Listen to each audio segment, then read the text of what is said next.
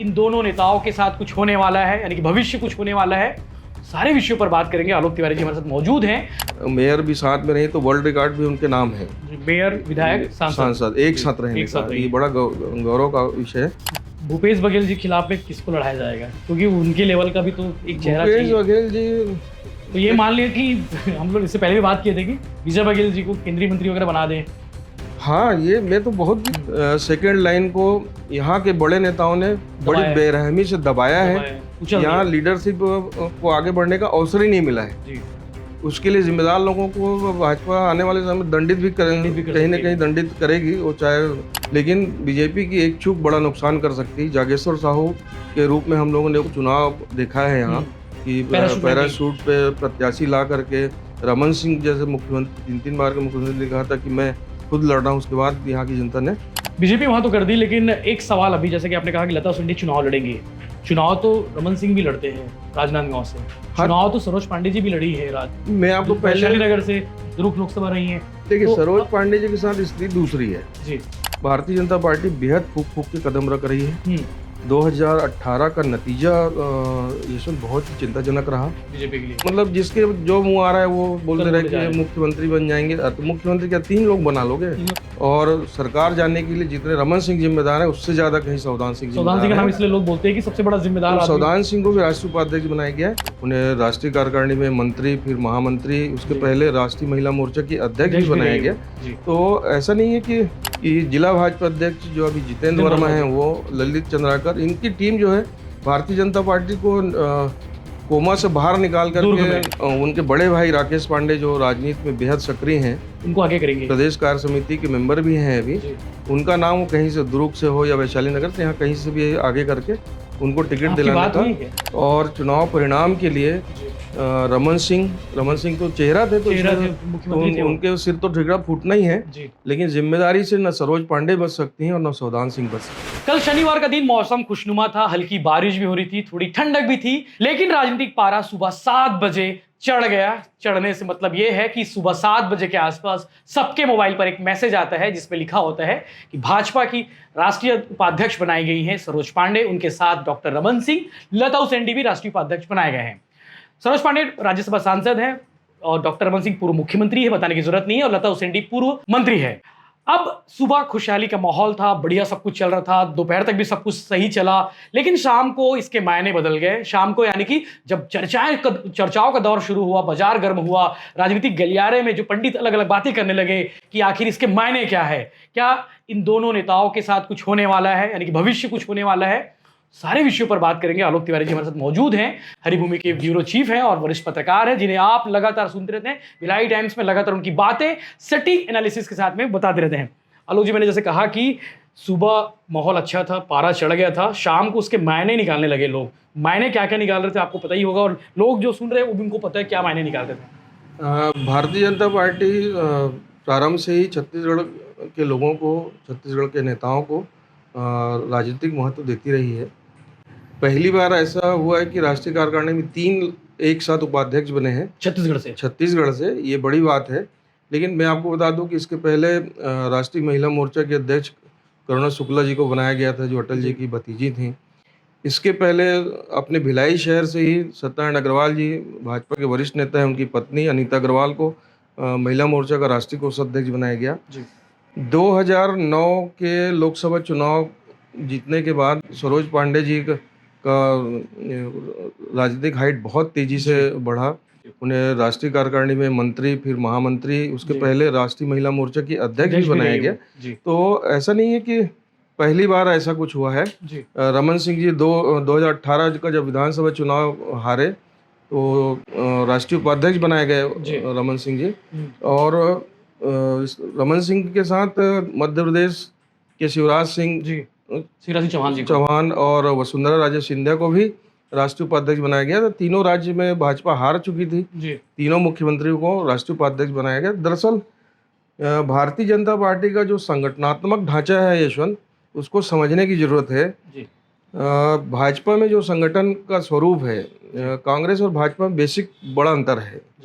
यहाँ पर अध्यक्ष, महामंत्री संगठन और जो महामंत्री और होते हैं जिनको महामंत्री, जो जिम्मेदारियां दी जाती हैं बाकी जो महामंत्री होते हैं वो ज़्यादा महत्वपूर्ण होते हैं। जी, उपाध्यक्ष और बाकी पदों का कोई बहुत ज़्यादा सचिव महत्व जैसे राष्ट्रीय सचिव वगैरह था उसमें। बहुत ज़्यादा महत्व होता नहीं है, लेकिन उपाध्यक्ष का पद सम्मान देने के लिए बहुत बड़ा है। सम्मान के लिए वरिष्ठ नेताओं को जिनके मार्गदर्शन की जरूरत पार्टी को होती है और जिनको सम्मान देना होता है पार्टी को, उनको राष्ट्रीय कार्यकारिणी उपाध्यक्ष के एकदम गरिमामय तरीके से जी, उनको वहाँ नामित किया जाता है। जी, तो राष्ट्रीय उपाध्यक्ष की कोई भूमिका अभी तक दिखाई नहीं दी। इसके पहले 2018 में जब रमन सिंह बनाए गए थे, मुझे ध्यान नहीं कि वो एक पिछले सत्र में 15 अगस्त से 26 जनवरी में झंडा फहराने गए थे, दिल्ली दिल्ली झंडा कार्यालय। फहराने गए। उसके अलावा उनका कोई और कोई काम प्रभार भी नहीं दिया गुजरात से। दिखा नहीं गया, जी, क्योंकि भारतीय जनता पार्टी का पूरा फोकस 2024 का लोकसभा चुनाव है। जी, नरेंद्र मोदी जी के तीसरी पारी के लिए भारतीय जनता पार्टी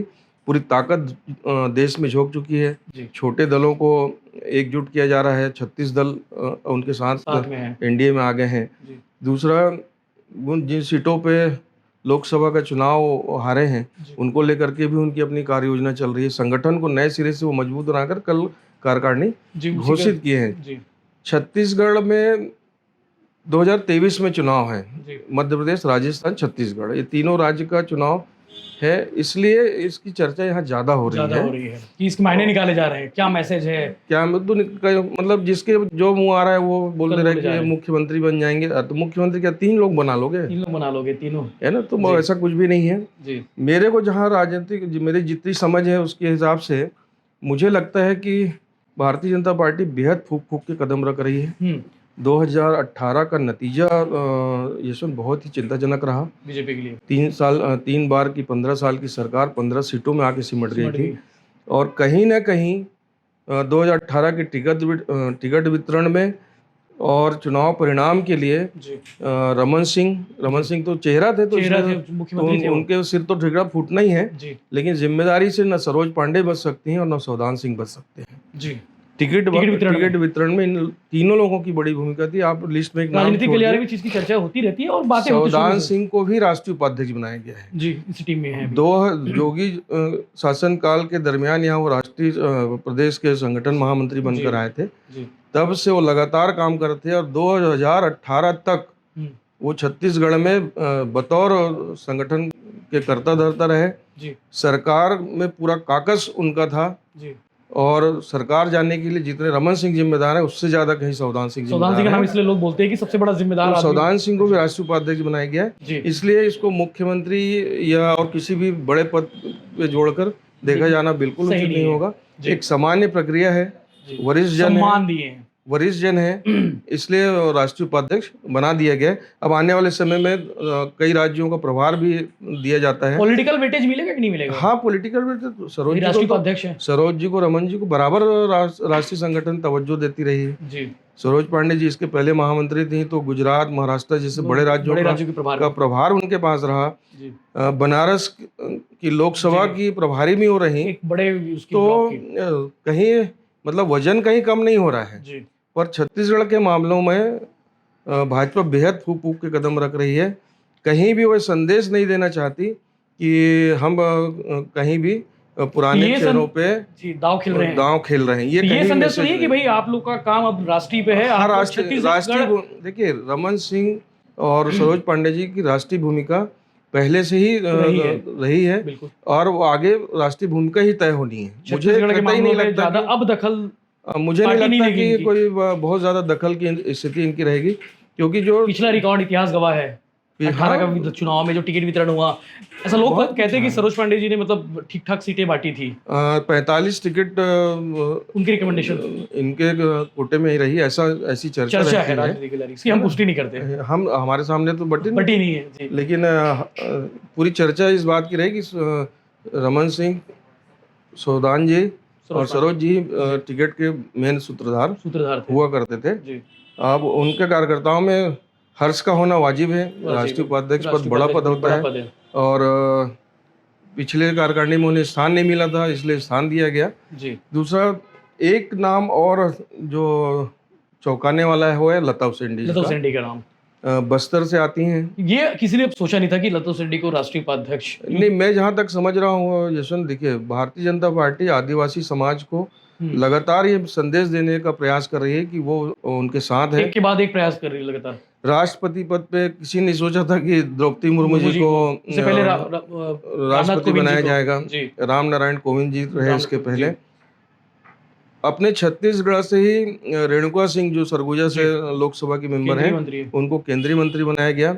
महिला सम्मान और आदिवासी सम्मान का विशेष ध्यान पार्टी रख रही है, बीजेपी पार्टी रख रख रही है। लता उसेंडी की नियुक्ति इसी बात का संकेत है। जी। दूसरा, लता उसेंडी जी को इसका लाभ जरूर मिलेगा आने वाले समय में। मान लो विधानसभा चुनाव लड़ती हैं, जो उनकी कॉन्स्टिट्यूंसी है कोंडागांव, मोहन मरकाम जहाँ की से सीट। मोहन मरकाम विधायक हैं। अभी पिछला चुनाव वो हार गई थी उनसे। छत्तीसगढ़ी बोलते हैं लट्टे पट्टे चुनाव जीतना, तो मोहन मरकाम जी लट्टे पट्टे में चुनाव जीते थे, ऐसा बोलते नहीं, हैं। अभी उनकी स्थिति जो सर्वे रिपोर्ट आया उसमें टाइट भी बता रहे हैं कोंडागांव से। जी। तो प्रदेश कांग्रेस कमेटी के अध्यक्ष रहे, अभी उनकी जगह दीपक बैज को बनाया गया है। जी। अभी उनको ST/SC OBC कल्याण मंत्री बनाया गया। कैबिनेट में स्थान मिला है। जी। तो कम से कम लता उसेंडी जब उनके खिलाफ चुनाव लड़ने जाएंगी तो राष्ट्रीय उपाध्यक्ष का बड़ा कद उनके साथ रहेगा। तो मोहन मरकाम को मुकाबला टाइट होना पड़ेगा। तो बड़े लोग आएंगे फिर राष्ट्रीय उपाध्यक्ष चुनाव लड़ रही है। अच्छी फाइट होगी। जी। और बस्तर में भी इस नियुक्ति का अच्छा मैसेज जाए, ये बीजेपी की कोशिश है। बीजेपी वहां तो कर दी, लेकिन एक सवाल अभी, जैसे कि आपने कहा कि लता उसेंडी चुनाव लड़ेंगे, चुनाव तो रमन सिंह भी लड़ते हैं राजनांदगांव से, चुनाव तो सरोज पांडे जी भी लड़ी है। मैं आपको वैशाली नगर से दुर्ग लोकसभा रही है। देखिए, तो सरोज पांडे जी के साथ स्थिति दूसरी है। जी। उनके पास अभी 2024 मेरा ख्याल है अप्रैल 2024 तक राज्यसभा की तक उनका कार्यकाल है। जी, कार्यकाल है। और इसलिए उनको विधानसभा सांसदों को लड़ाना है कि नहीं लड़ाना है, ये नीतिगत फैसला है पार्टी का। अभी जो फैसला हुआ नहीं है। जी। अगर एक सांसद को लड़ाएंगे तो अरुण साहब भी टिकट चाह रहे हैं, रेणुका सिंह भी विधानसभा लड़ना चाहती हैं, जी, है ना। हमारे विजय बघेल जी भी हैं, संतोष पांडे भी चाहते हैं, विजय बघेल भी चाहते हैं। तो सांसदों को लड़ाना है कि नहीं लड़ाना है, इस बात का फैसला भी भारतीय जनता पार्टी में नहीं हुआ है। कितने सांसदों को लड़ाना है ये भी सोचना पड़ेगा। हाँ, ये सब आगे चल के तय होगा। जी। लेकिन रमन सिंह जी का सवाल है, तो राजनांदगांव से विधायक हैं अभी भी। लता उसेंडी कोंडागांव से विधायक रही हैं। जी। उपाध्यक्ष के बाद में पहले ही बताया कि ऐसे भी कोई विशेष काम रहता है नहीं। जी। तो हो सकता है कि चुनाव भी लड़ ले। क्योंकि कल इस बात की चर्चा थी, कल शाम को, जैसे मैंने कहा शुरुआत में, कि माहौल बनते गए और टेंशन भी बढ़ता गया, और माहौल भी रहा था कि सरोज पांडे चुनाव लड़ेगी कि नहीं लड़ेंगी। अब राष्ट्रीय उपाध्यक्ष बन गई हैं तो मुझे दिल्ली भेज दिया जाएगा। मतलब मुझे जहाँ तक लगता है यशवंत की सरोज जी खुद विधानसभा लड़ने के बजाय पूरे प्रदेश में पार्टी का प्रचार करेंगे। जी। और उनके बड़े भाई राकेश पांडे जो राजनीति में बेहद सक्रिय हैं, उनको आगे करेंगे। प्रदेश कार्य समिति के मेंबर भी हैं अभी। उनका नाम कहीं से दुर्ग से हो या वैशाली नगर से, यहाँ कहीं से भी आगे करके उनको टिकट दिलाने का। मेरी बात नहीं हुई है, मैं एक मन को पढ़ लिया उनके। एक संभावना तलाश रहा हूँ, क्योंकि समीकरण जो हिसाब से बन रहे हैं, राकेश भाई दोनों विधानसभा में बराबर सक्रिय हैं। जी। तो मुझे ऐसा लगता है कि इस बार अपने बड़े भाई के लिए वो काफी गंभीरता से प्रयास करेंगे। काफी दिनों से लगे हुए भी, उनका हक भी बनता है, ऐसा दिखता है मुझे। जी। दूसरी चीज तो ये मान सकते हैं कि चुनाव खुद न लड़के, मतलब ये संभावना ज्यादा नजर आ रही है। ये संभावना ज्यादा मुझे नजर आ रही है अभी तक। अब आगे क्या संभावना बनेगी, खुद मैदान में उतरती हैं, उतरने का निर्णय लेती हैं, या अपने भाई के लिए करेंगी, ये आने वाला समय। इसी चर्चा है कि वैशाली नगर पर उनका मतलब अगर कोई प्रायोरिटी पूछा जाए तो वैशाली नगर की प्रायोरिटी वो बताएंगी, ऐसा। हाँ, उनकी इच्छा हो सकती है, पर दुर्ग भी उनके लिए उतनी टफ नहीं है, क्योंकि 2 बार मेयर रही दुर्ग में, काफी उन्होंने काम किया है। हेमचंद जी के जाने के बाद, हेमचंद जी यादव जो 3 बार के विधायक रहे, मंत्री रहे, उनके निधन के बाद दुर्ग की सीट भी काफी खाली है। मैं एक बात और इसमें दुर्ग में जोड़ना चाहूंगा कि जिला भाजपा अध्यक्ष जो अभी जितेंद्र वर्मा हैं, वो ललित चंद्राकर, इनकी टीम जो है भारतीय जनता पार्टी को कोमा से बाहर निकाल करके एक नए सिरे से एक्टिव की है। काफी मेहनत संगठन ने नो डाउट दिख रही है, लगातार रिलीज आना, रोज एक दिन भी गैप नहीं आता, चैन की नींद नहीं सो पा रहे हैं, एक दिन भी आराम लोग नहीं कर रहे हैं। तो अच्छा काम किए हैं। हेमचंद जी के जाने के बाद बीजेपी काफी दिनों बाद वहाँ इतनी सक्रिय दिखी है। पिछले 6-8 महीने से मैं खुद भी देख रहा हूँ कि लगातार वो लोग काम कर रहे हैं। तो संभावना दुर्ग, वैशाली नगर दोनों है। वैशाली नगर को लेकर के अभी बड़ी विषम स्थिति है। अभी तो क्या सर्वे चल रहा था बीच में, सब अपना गूगल फॉर्म बना के क्रिएट करके जिला भाजपा अध्यक्ष ब्रिजेश पुरी ने कल रात उसका खंडन भी किया है कि किसी भी तरीके के का जी। सर्वे भाजपा नहीं करा रही है, जी। कोई व्यक्तिगत तौर पे भाजपा का नाम लेकर कराता है, अनुशासनहीनता माना जाएगा, ऐसा जी। उन्होंने जी। एक बयान भी कल जारी किया था। अपने लोगों से वोट डलवा के अपना माहौल बना रहे कि देखो सबसे ज्यादा मुझे चूज देखिए, किया जा रहा वैशाली है। नगर में 2008 के सीन और अभी के सीन में बड़ा अंतर है यशवंत। हम्म, 2008 नई विधानसभा बनी थी, हम्म। सरोज पांडे एकदम पीक आवर पे थी, मेयर थी ध्रुव की, दुर्ग की मेयर थी, विकास वीरांगना, और उनका छत्तीसगढ़ में एकदम एक पहचान बन गई थी। बड़ी पहचान है, अभी भी है। अभी भी है। और वो चुनाव लड़ने आए, आंधी तूफान की जैसी स्थिति बनी और चुनाव जीत के चली गई। संयोग ये हुआ कि 2009 में लोकसभा हुआ, उनको जो लोकसभा लड़ाया गया, लोकसभा भी जीती, जी। मेयर भी साथ में रही, तो वर्ल्ड रिकॉर्ड भी उनके नाम है। जी, मेयर, विधायक, सांसद एक जी, साथ रहने एक साथ का रही ये है। बड़ा गौरव का विषय है हम्म, कि देश में ऐसा कोई उदाहरण देखने को नहीं मिलता है। हम्म, पर वो वाली स्थिति और आज की स्थिति में जमीन आसमान का अंतर है। हम्म। वैशाली नगर में जो काम करने वाले भाजपा के कार्यकर्ता और नेता हैं, वो बड़ी महत्वाकांक्षा पाल के रखे हैं। हर दूसरा आदमी यहाँ विधायक प्रत्याशी दावेदारी कर रहे हैं। दावेदारी है, हम्म, और कांग्रेस बेहद सतर्क है, हम्म, और कांग्रेस किसी भी स्थिति में ये सीट जीतना चाहती है। ऐसा लग रहा है कि कांग्रेस से ज्यादा बीजेपी वाले एक्साइटमेंट है नहीं, सीट को बीजेपी लेके। में आपको पहले वीडियो, इसके पहले अपन जब जी। चर्चा कर रहे थे तो मैं कहा था कि 200 नाम है। बीजेपी मक्का मदीना मक्का है मदीना, वैशाली नगर वैशाली नगर। बीजेपी के लिए बड़ी संभावना है। हम्म, लेकिन बीजेपी की एक चूक बड़ा नुकसान कर सकती है। जागेश्वर साहू के रूप में हम लोगों ने चुनाव देखा है यहाँ कि पैराशूट पे प्रत्याशी ला करके रमन सिंह जैसे मुख्यमंत्री, 3 बार के मुख्यमंत्री ने कहा था कि मैं खुद लड़ रहा हूँ, उसके बाद यहाँ की जनता ने जागेश्वर साहू खारिज कर दिया था। तो ऐसी ही कोई गलती भाजपा यहाँ नहीं करने लोकल चेहरा, जो चेहरा यहाँ पे जो यहाँ स्थानीय है। जो स्थानीय लोग हैं जी। उनको प्राथमिकता देगी, ऐसा दिखता है। बिल्कुल बिल्कुल। बाकी मुझे लगता है कि इसके इम्पैक्ट तो बहुत गहरे पड़ने वाले छत्तीसगढ़ में। तीनों जो उपाध्यक्ष बनाए गए, राष्ट्रीय उपाध्यक्ष, इसका इम्पैक्ट पड़ेगा। कांग्रेस की ओर से भी कुछ प्रतिक्रिया नहीं, तो आई है? राष्ट्रीय राजनीति में दोनों का महत्व बढ़ेगा, जी, सरोज जी का भी और डॉक्टर रमन सिंह का भी। जी, रमन सिंह का कद वैसे भी बहुत बड़ा है, बड़ा 3 है। बार के मुख्यमंत्री रहे, कैबिनेट मंत्री रहे, जी। और पार्टी लाइन पे काम करने वाले हैं दोनों, हम्म, सरोज पांडे जी भी और डॉक्टर रमन सिंह भी। हम्म। तो इनकी राष्ट्रीय राजनीति में बड़ी संभावना है आगे। आपने लताऊ सिंडी वाला एक फार्मूला बताया कि मोहन मरकाम के खिलाफ में लताऊ सिंडी को राष्ट्रीय उपाध्यक्ष बनाकर लड़ाया जाएगा। भूपेश बघेल जी के खिलाफ में किसको लड़ाया जाएगा? क्योंकि उनके लेवल का भी तो एक चेहरा भूपेश चाहिए। बघेल जी, तो ये मान लिया कि हम लोग इससे पहले भी बात किए थे कि विजय बघेल जी को केंद्रीय मंत्री वगैरह बना दें, हाँ, ये मैं तो बहुत दिन से इस संभावना जी। पे अपन लोग बात कर रहे हैं। क्योंकि अगर चुनाव लड़ाना है देखिए, पाटन से। अगर पाटन में रिजल्ट क्या होगा ये अपन लोग बात नहीं करते इस पे, क्योंकि पाटन की तस्वीर बदल चुकी है यशवंत। जी, मतलब हम 10 साल पहले जब पाटन जाते थे और आज के पाटन में बड़ा फर्क है। नहर के ऊपर की सड़क भी चकचकाती दिखती है बहुत आपको। खूबसूरत जी। हो चुका है पाटन। जी, जनमानस का जो विचार है वो भी सरकार के भूपेश साथ। बघेल के प्रति है, सकारात्मक है। जी, लेकिन विजय बघेल का वहाँ अपना वजूद है, वजूद है। वहाँ कांग्रेस डिस्टर्ब, भूपेश बघेल जी को डिस्टर्ब करने वाले कोई है तो विजय। डिस्टर्ब नहीं। अगर उस विधानसभा में कोई भूपेश बघेल को बांध के रख सकता है, हाँ, रिजल्ट क्या होगा इस पे मैं नहीं जा रहा हूँ। बांध के रख दिए। बांध के रखने का मतलब जैसे राजनांदगांव से करुणा शुक्ला जी को लड़ा दिए, रमन सिंह को टेंशन दे दिए। भाई जो 40,000 से चुनाव जीतते थे वो 15,000 में आके टिक गया, जी, और रमन सिंह को अतिरिक्त मेहनत भी वहाँ करना पड़ा, अमित शाह को जाके सभा करनी पड़ी, जी, है ना। उस समय ये बोला जाता था कि अमित शाह लीड बढ़ाने के लिए हम वो जा रहे हैं। लीड कहाँ बढ़ी? लीड तो 15 में आ गई, कम हो गई। तो और बीजेपी कहीं भी मुख्यमंत्री को फ्री नहीं छोड़ी है यशवंत। ममता बनर्जी इसका उदाहरण है। तो अगला कोई बड़ा आने वाला है फैसला और कुछ? हाँ, कुछ ना कुछ और होना है। लोग बोल रहे हैं कि 8-10 दिन और रुकना पड़ेगा। पाटन विधानसभा में मजबूत प्रत्याशी लड़ेगा, इसमें कोई और जिसको संगठन पूरी तरह ताकत देगा, जी, सेंट्रल की गवर्नमेंट ताकत देगी। तो कुल मिला के वहाँ फाइट रोचक होने वाला है। अभी हालांकि मोदी जी आने वाले फिर से 7 तारीख को शायद रायगढ़ उनका कार्यक्रम है। अच्छा, एक चीज और देखिएगा, अब छत्तीसगढ़ को लेके बीजेपी कितनी गंभीर है इसको समझना। जी, अमित शाह पिछले 1 महीने में 3 बार छत्तीसगढ़ आ चुके हैं जी, और आने का है, और अभी आने का है। ऐसा बताया जा रहा है कि यही वो निवास घर वाले ले लिए, रुक के चुनाव का संचालन करेंगे। जी। तो बीजेपी छत्तीसगढ़ को लेकर गंभीर है।